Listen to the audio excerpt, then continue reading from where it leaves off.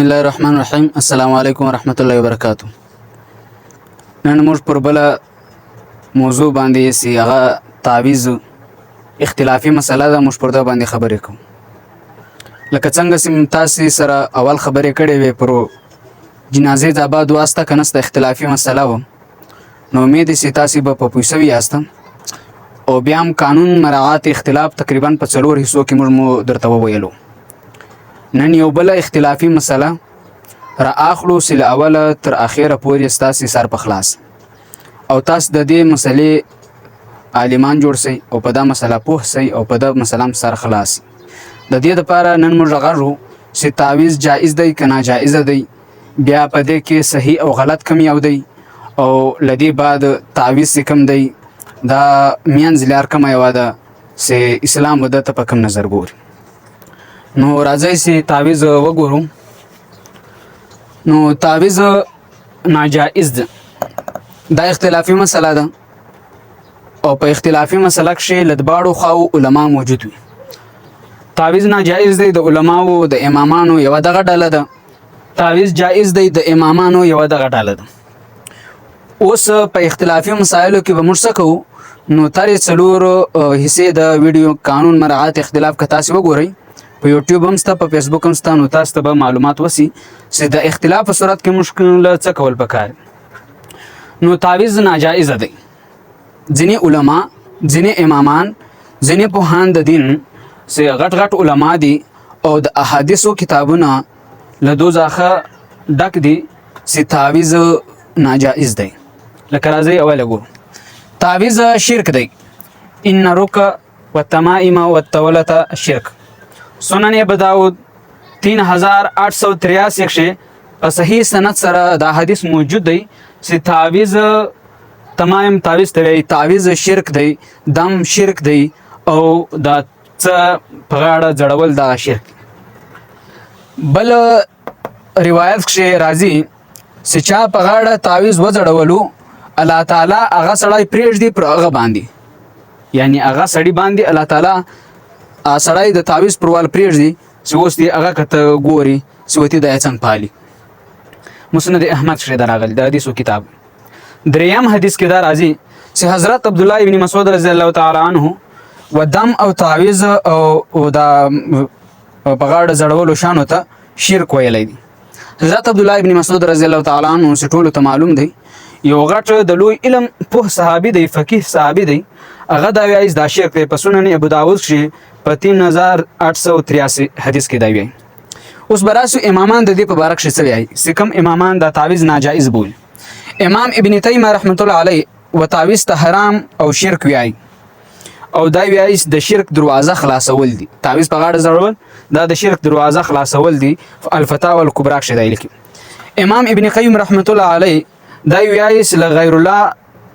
ځاخه تعویض کشل لاله ما سیوا بل چا مدد غشتل یا بل څوک بلل په تعویض کې بل شی لیکل له قران او حدیث له سنت او مسنون دعاګانو علاوه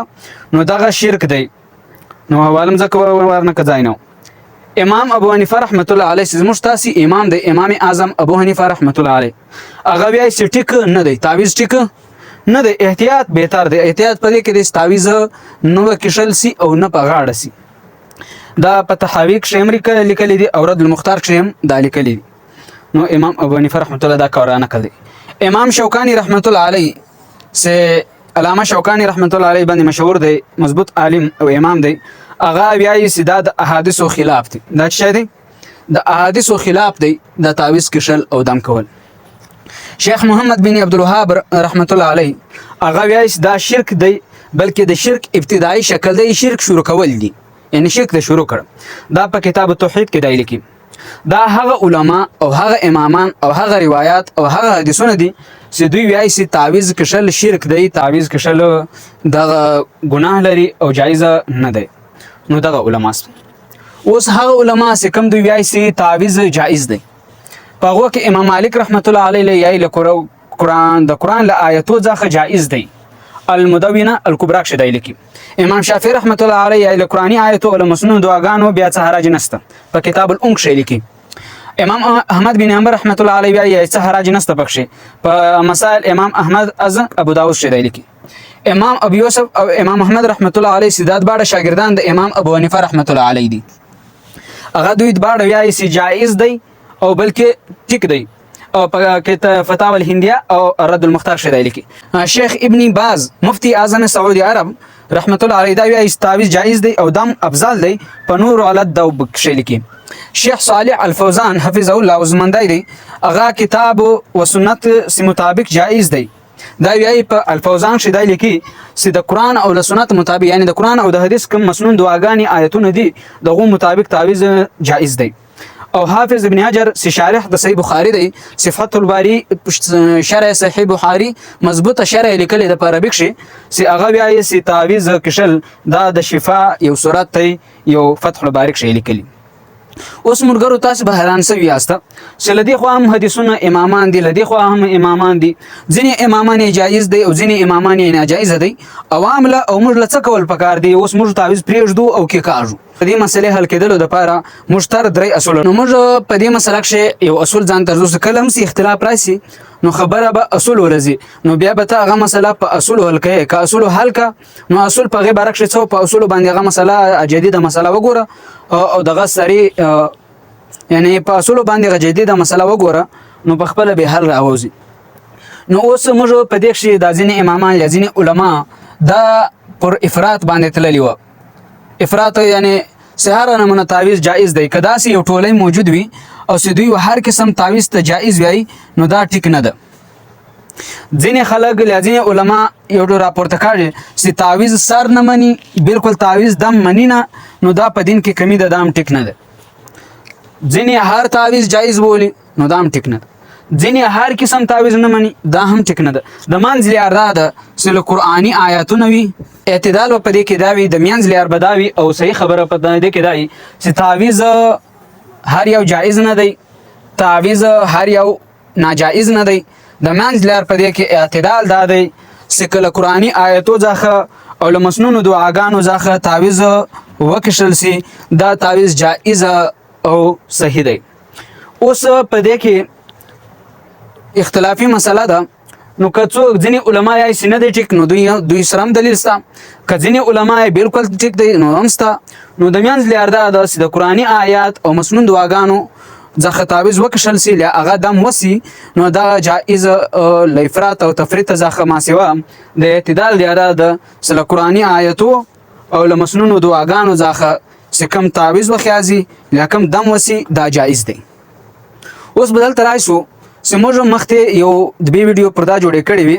چې په یو مسله کې اختلاف راشي نو بیا موږ له څه کول پکار دي نو موږ له په اصول باندې عمل کول پکار دي لکه لجنازي بعد دعا سوا ځینې مرګري زموږ په علاقې کې بلکې دالو مسله ده نو چې دوی وايي چې لجنازي بعد دعا ستل یا نست ځینې غواړي ځینې نه غواړي نو اغام داري کچا غوښته هم صحیح دي کچا نه غوښته هم صحیح دي دا موږ بار ویلو نو دا د اعتدال او د منځ لار نه دا د سخا مخابه غواړي او نه دا د سخا مخابه نه غواړي ناجایز ده نو دا نو یو دا د سلا تعویذ او دم ځخه کاروبار جوړول نو دا هم ټیک نه دی دا افراطي نو شپه ورځ او تعویذانو تکشنستل او پردو باندې کاروبار شروع کول نو په دې کې یو ځینې مرګري سوال کوي چې پر تعویذ پیسې اخیستل څنګه دي نو په دې کې بیا افراط او تفریط دی کته لو شکرانه پر اخلي کاروبار ځینې جوړ کې او دلیل دا نسی چې د ډاکټر فیس تا چون کې زام د تعویذ پیس غواړم نو ډاکټر خو پر ما انګریزي دوايي خرڅي او ته خو پر ما قرآن خرڅه نو د قرآن خرڅول ته ول دا مسله وګوره چې جایز ده قرآن خرڅول جایز دي حدیث خرڅول جایز دي دعاګانې خرڅول جایز دي نو په دې بارک شي نو سیدانا جایز دي د قرآن خرڅول ته د انګریزي دعایي لاله انګریزي ډاکټر ځخه دلیل منسه چې چونکه دغه پیستا ها شکرانه سوري دار کټیک ده نو لخپل خلی مو شاسي دوري پیس مده دوره شکرانه مده دا نه منظمه ده نو دغه خبره مکوه نو په ځکه د تعویذ کې افراط او تفریط نو موږ وویل چې تعویذ که د قرآني آیات وي او له مسنون دعاګانو وي دغه تعویذ جایز دی کچا کې شلو کچا نه کې شلو هم جایز دی نو دواړو خو دلایل موجود دي